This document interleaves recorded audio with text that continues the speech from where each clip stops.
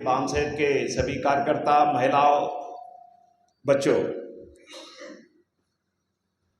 अभी साथियों देश की परिस्थिति को लेकर के सोशल मीडिया पर बहुत सारा डिबेट और डिस्कशन होता है और ऐसी बाढ़ सी आ जाती है, लगता है पता नहीं क्या कुछ होने वाला है। क्योंकि हम जो सुन रहे हैं अपने कानों से वो सारा रिएक्शन है। कोई एक्शन कर रहा है और ये हमें टेस्ट करता है कि हम एक्शन करेंगे और कोई न कोई रिएक्शन, और रिएक्शन क्या आएगा उन्हें पता है सब कुछ। वो अपनी लेबोरेटरी में यही टेस्ट करते हैं कि वो रिएक्शन क्या आएगा।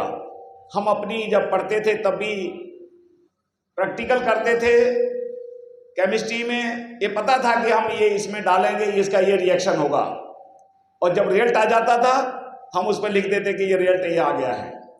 आज भी हम जब देखते हैं तो यही हो रहा है।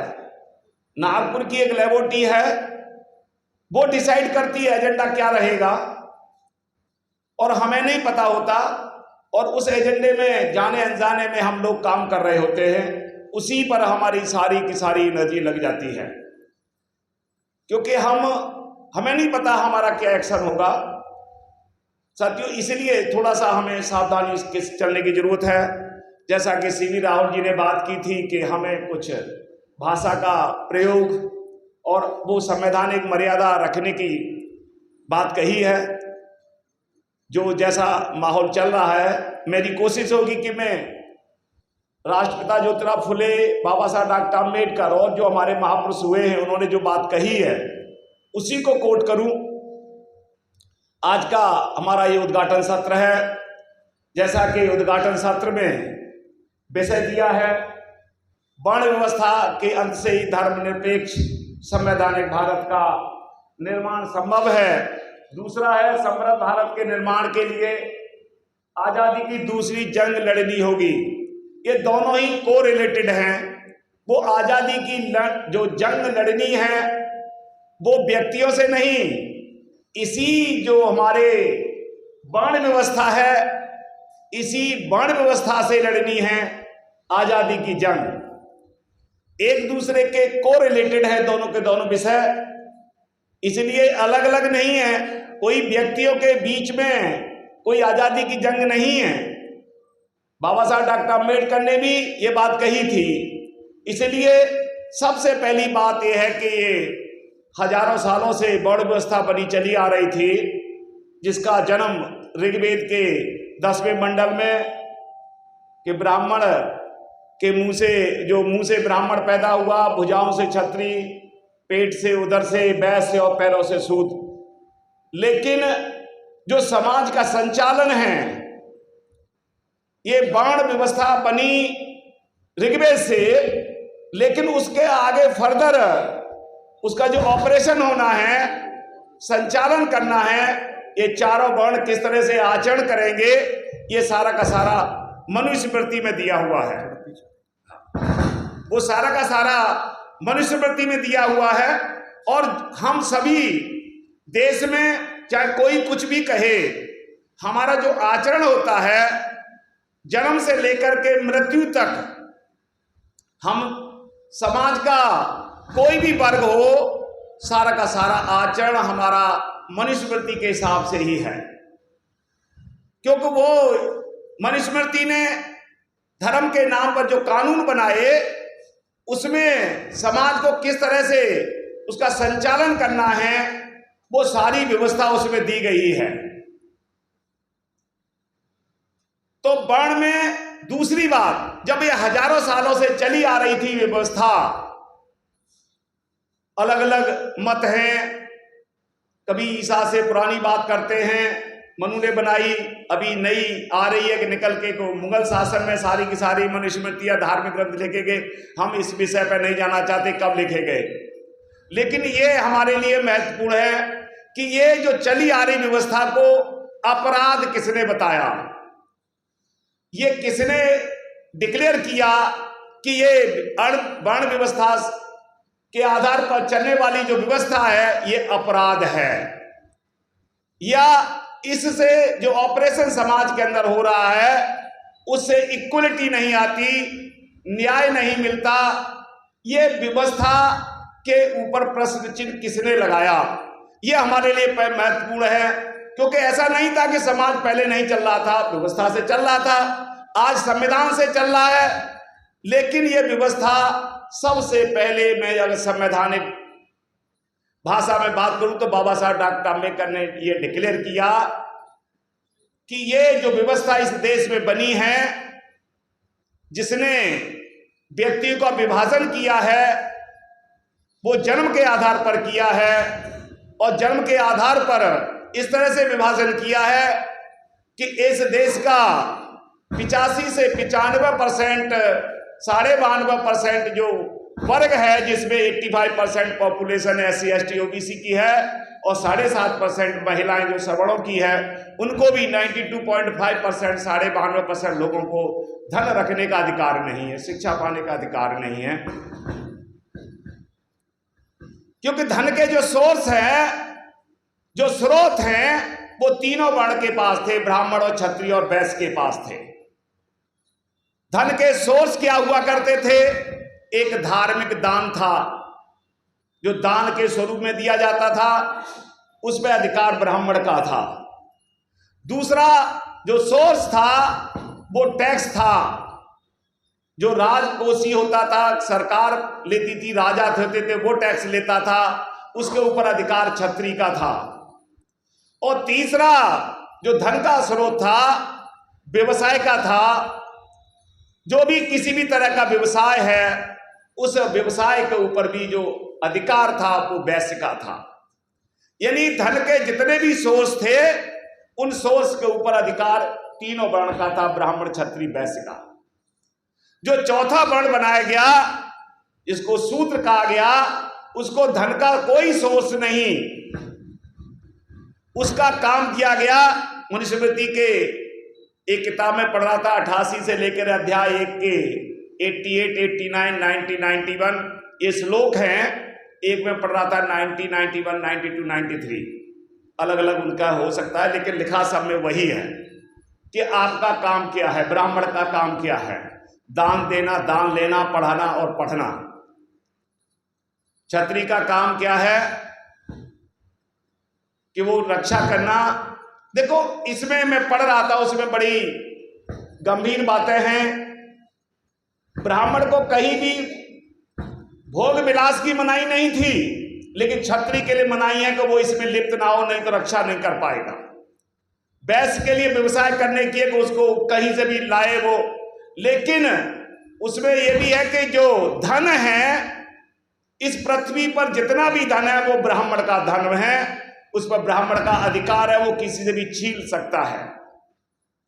और जो शूद्र है, शूद्र की जो ड्यूटी लगाई गई मनुस्मृति में कि ये तीनों वर्णों की अपेक्षा अपने को कभी अपमानित महसूस न रह करके, अपमानित महसूस ना करे, अपमान रहित रह करके तीनों वर्णों की सेवा करनी है। और उसमें उसके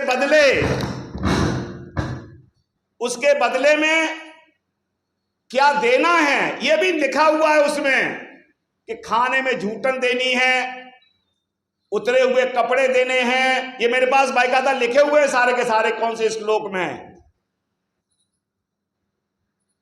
और रहने के लिए जो पुआल है, जहां चरा जो आपके पशु बांधे जाते हैं, वो जगह सुनिश्चित की गई है इनके रहने के लिए। अगर इनको मकान भी, कहीं झोपड़ी भी डालनी है, तो वो जगह निश्चित है गांव में जिसकी कभी हवा नहीं चलती। या तो साउथ होगा, सबसे ज्यादा धूप रहती है, और कभी साउथ की हवा नहीं चलती। कभी बरसात के मौसम में देखा होगा, अगर साउथ की कोई हवा चल जाती है कभी कभी, तो कहते हैं बहुत बड़ा कोई तूफान आने वाला है, कोई बहुत बड़ी बारिश होने वाली है। विपरीत परिस्थितियों में हवा चलती है, नहीं तो अपवित्र हो जाएंगे।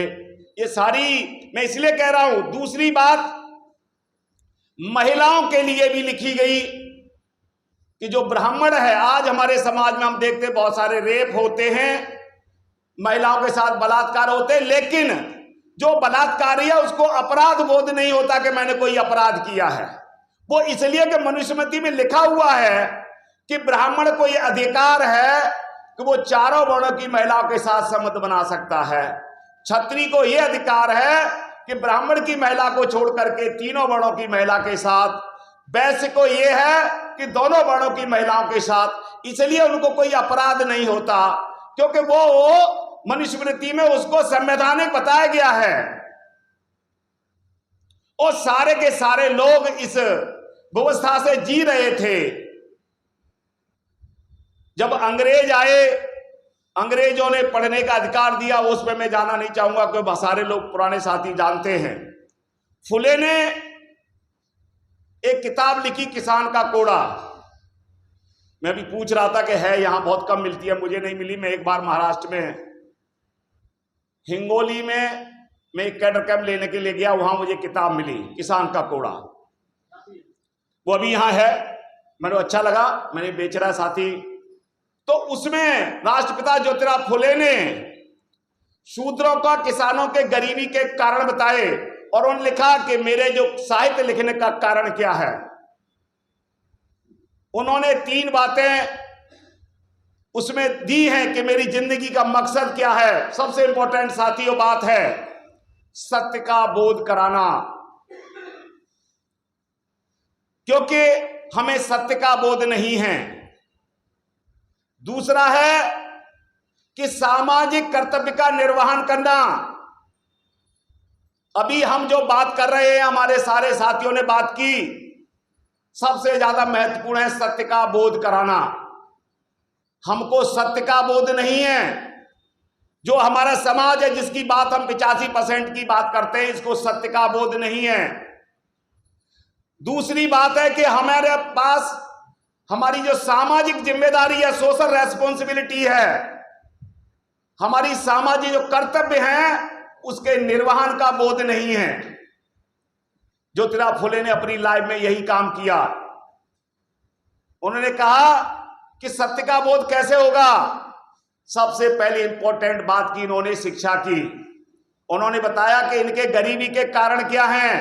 मैंने वर्ण व्यवस्था में बात की कि वर्ण व्यवस्था से 3 वर्ण को ही उसका अधिकार था, लेकिन आते आते जब अंग्रेज आए तो उसमें बहुत सारे रिलैक्सेशन आ गए कि हमारे लोग भी खेतीहर मजदूर हो गए, खेती करने लगे, शूद्रों के पास खेती हो गई, बहुत सारे राजा भी होने लगे।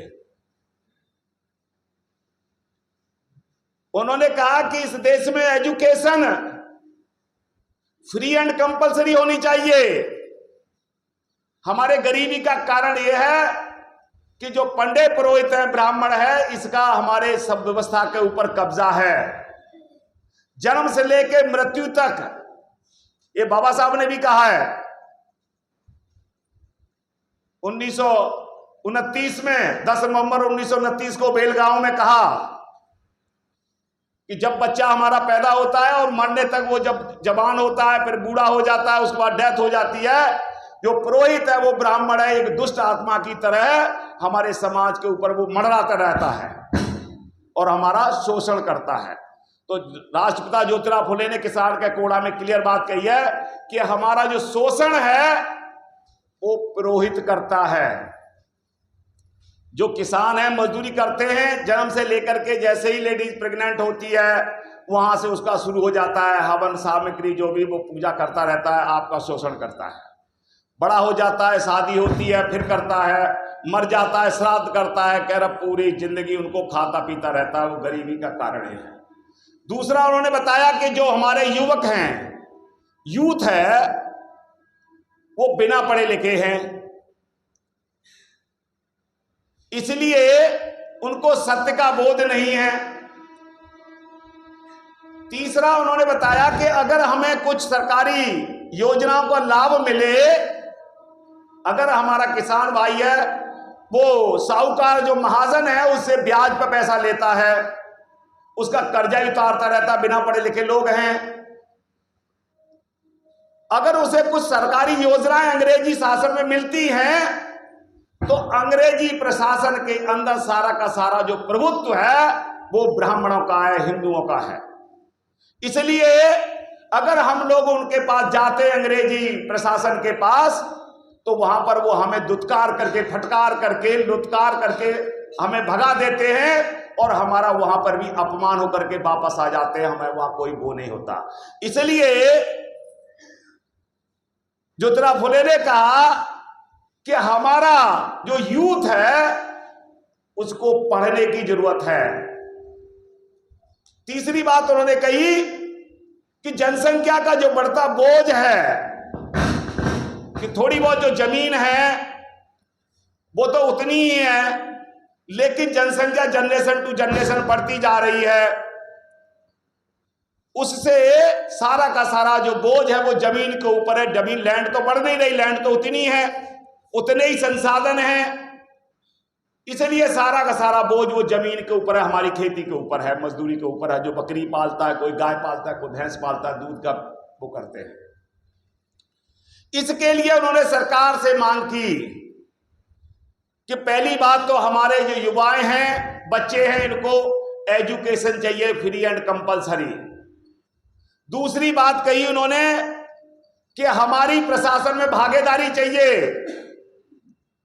जिससे कि अगर हमारे बच्चे वहां पर नौकरी करेंगे और हमारा कोई आदमी, हम अगर जाते वहां पर प्रशासन के पास अपनी समस्याओं को लेकर के, तो वो हमारा बैठा हुआ बच्चा हमारी समस्या को समझ सकता है, वो हमें दुत्कारेगा नहीं, वो हमारी जो परेशानी है उसको आगे ले जा करके जाएगा और सरकार से जो सुविधाएं मिलती है उसका लाभ मिल सकेगा।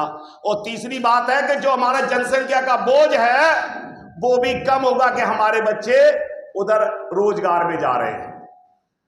तीसरी बात उन्होंने कही कि जब पढ़ लिख जाएंगे वो, उनको जब एजुकेट हो जाएंगे, तो ये जो पुरोहितों का, ब्राह्मणों का जो षड्यंत्र है उसको वो समझ जाएंगे, उनको सत्य का बोध हो जाएगा और फिर उनके अंदर जो सामाजिक जिम्मेदारी है उनकी, कि हमने अपने परिवारों को, अपने समाज को इस षड्यंत्र से कैसे निकालना है।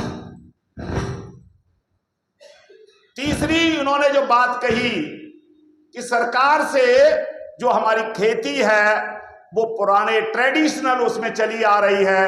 इंग्लैंड में जहां पर ये सरकार है, जहां की ब्रिटिश की, वहां बड़ी बड़ी यूनिवर्सिटीज हैं, नई नई टेक्नोलॉजी आ रही है। हमारे एग्रीकल्चर एरिया में भी नई नई टेक्नोलॉजी आनी चाहिए और हमारे बच्चों को वहां पर यूनिवर्सिटीज में भेजना चाहिए, जो हमारी खेती को समझते हैं और वहां की टेक्नोलॉजी को समझेंगे। नए नए दूध के एरिया में नए नए आविष्कार होने चाहिए। ये ज्योतिराव फुले ने किसान के कोड़ा में 1882 में साथ ये किताब लिखी थी। आप सोच सकते हैं, ये इसलिए मैं बात कर रहा था आपके साथ ज्योतिराव फुले के मूवमेंट की,